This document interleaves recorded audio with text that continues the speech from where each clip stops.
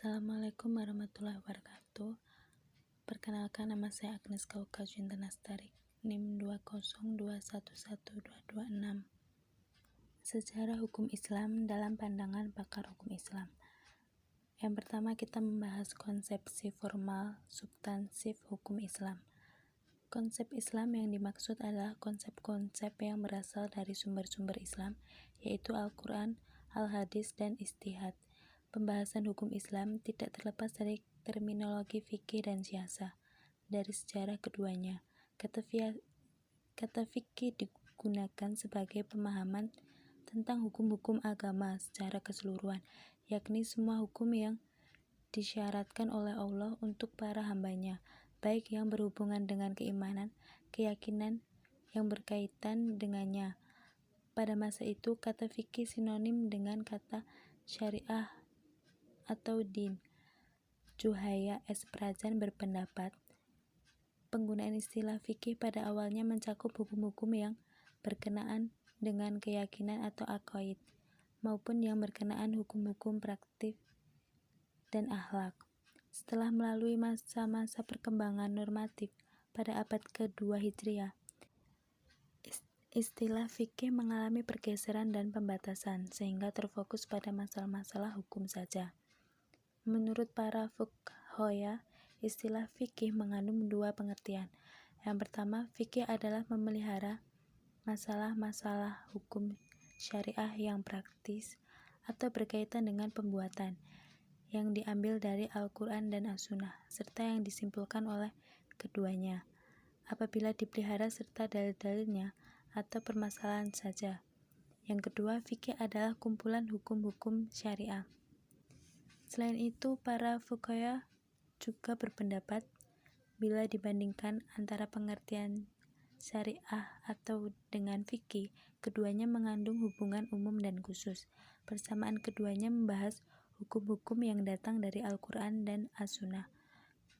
Perbedaan fikih hanya membahas hukum-hukum ijtihadiyah dan yang berhubungan dengannya. Syariah membahas hukum-hukum ijtihadiyah, juga membahas hukum-hukum i'tiqadiyah dan amaliyah. Pendapat Umar Sulaiman mengenai perbedaan antara syariat dan fikih sebagai berikut. Syariat bersifat sempurna dan tidak berubah, sedangkan fikih terus berkembang dan perubahan menurut perbedaan tempat, masa, dan orang-orang yang memahami. Kesamaan syariat dengan fikih terletak pada hasil ijtihad fikih yang benar, sedangkan ijtihad fikih terletak pada hasil ijtihad fikih yang benar, sedangkan ijtihad fikih yang salah tidak dapat disamakan dengan syariat. Syariat bersifat umum dan universal. Ketentuan syariat menjadi kehausan bagi manusia untuk melaksanakan dan meninggalkan tanpa mengenai ruang dan waktu. Hukum syariat kebenarannya mutlak, sementara pemahaman fuqaha memiliki kemungkinan untuk salah. Menurut ilmu hukum, terdapat berbagai makna hukum. Surjono Sukanto dan Mustafa Abdullah merumuskan hukum dengan 5 arti, yaitu: yang pertama, hukum dalam ilmu; yang kedua, hukum dalam arti disiplin atau sistem ajaran tentang kenyataan; yang ketiga, hukum dalam arti kaidah atau norma; yang keempat, hukum dalam arti tata hukum atau hukum positif tertulis; yang kelima, hukum dalam arti keputusan pejabat; yang keenam, hukum dalam arti petugas; yang ketujuh, hukum dalam arti proses pemerintahan; yang kedelapan, hukum dalam arti perilaku yang teratur dan ajak; yang terakhir, hukum dalam arti jalinan nilai-nilai. Konsep tentang sumber dan periodisasi hukum Islam. Schacht berpendapat bahwa sumber hukum Islam pertama adalah tradisi masyarakat Arab yang pra-Islam atau hukum adat, bukan Al-Quran dan Sunnah Nabi. Juga bukan sebagai sumber hukum Islam kedua setelah Al-Quran. Pemikiran tersebut didasarkan pada beberapa hukum adat yang dijadikan awal pembentukan hukum Islam.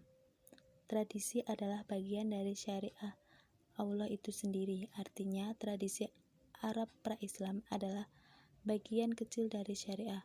penolakan adat atau tradisi pra-Islam, sebagaimana hukum Islam pertama karena adanya fakta bahwa sekedar hukum adat bukanlah suatu aturan yang diambil dari teks-teks sakral, yaitu Al-Quran dan hadis. Juhaya S. Prajan berpendapat bahwa sumber hukum secara hakiki adalah Allah, sementara ahli fikih berpendapat bahwa sumber hukum adalah Al-Quran sebagai dalil hukum. Adat dalam realitas sistem hukum Islam memiliki keefektifan yang sangat besar dan penting. Adapun pandangan dari Scott yang mengatakan bahwa adat atau tradisi hukum Islam pertama melainkan sebagai sumber hukum sekunder.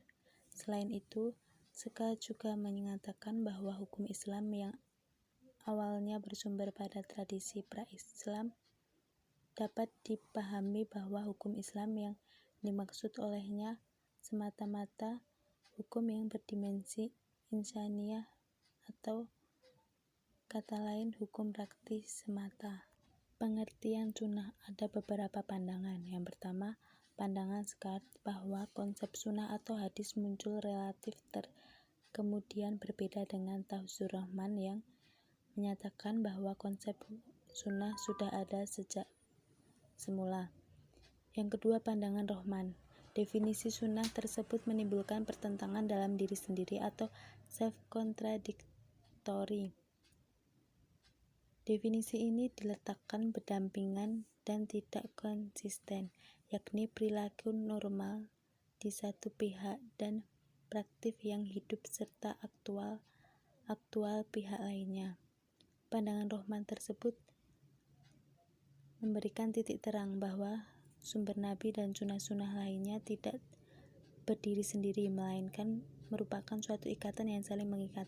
Sedangkan pandangan menurut Scott tentang isnad sebagai metode yang lahir kemudian hadis itu muncul. Bentuk hukum Islam didasarkan bahwa hukum sebagai kaidah memiliki 3 asas, yaitu asas yuridis, filosofis, dan sosiologi. Teori ini dikemukakan oleh Surjono Sukanto sebagai berikut.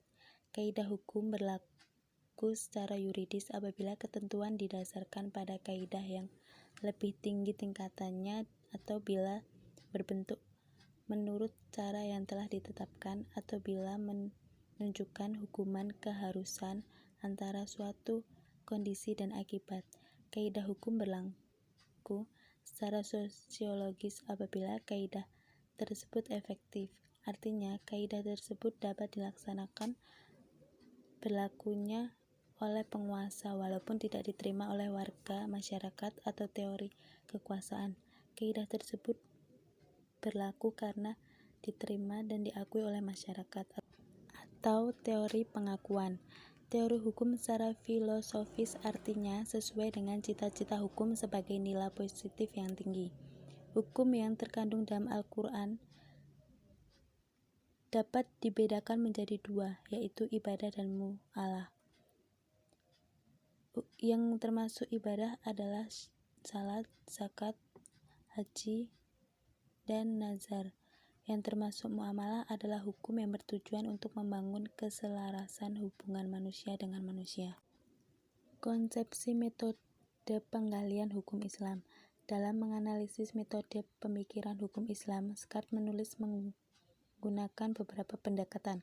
Yang pertama, pendekatan teologi dilakukan dalam meneliti hukum Islam, didasarkan bahwa teologi bukan hanya mencoba menjelaskan bagaimana sesungguhnya pria dan wanita berbicara tentang hukum atau pembahasan Tuhan semata yang mengatur syariat dan fikih. Kedua, pendekatan filsafat. Seperti yang dijelaskan Juhaya, filsafat mempunyai tugas utama yang pertama, tugas krisis, yakni mempertanyakan kembali paradigma ilmu yang telah mapan. Kedua, tugas konstruktif, yakni menjawab masalah-masalah yang tidak terpisahkan ilmu, bahkan menyatuan kembali ilmu-ilmu yang tidak terpisahkan oleh ilmu, bahkan menyatukan kembali ilmu-ilmu yang telah belajar sendiri-sendiri, seolah-olah tidak ada keterkaitan antara satu ilmu dan ilmu lainnya. Filsafat hukum memiliki objek baik teoritis maupun praktis. Yang pertama, kita akan membahas objek teoritis filsafat hukum Islam. Adalah objek kajian yang merupakan teori-teori hukum Islam, meliputi prinsip-prinsip hukum Islam. Pertama, prinsip-prinsip hukum Islam. Kedua, dasar-dasar dan sumber-sumber hukum Islam. Ketiga, tujuan hukum Islam. Keempat, asas-asas hukum Islam. Dan kelima, kaidah-kaidah hukum Islam. Sedangkan dalam objek praktis filsafat hukum Islam, yaitu meliputi jawaban-jawaban atas pertanyaan. Contohnya seperti mengapa manusia melakukan muamalah dan mengapa manusia harus diatur dalam hukum Islam. Contoh berikutnya, mengapa manusia harus melakukan ibadah seperti sholat. Apa rahasia atau hikmah yang terkandung dalam pelaksanaan ibadah seperti puasa, haji, dan sebagaimana.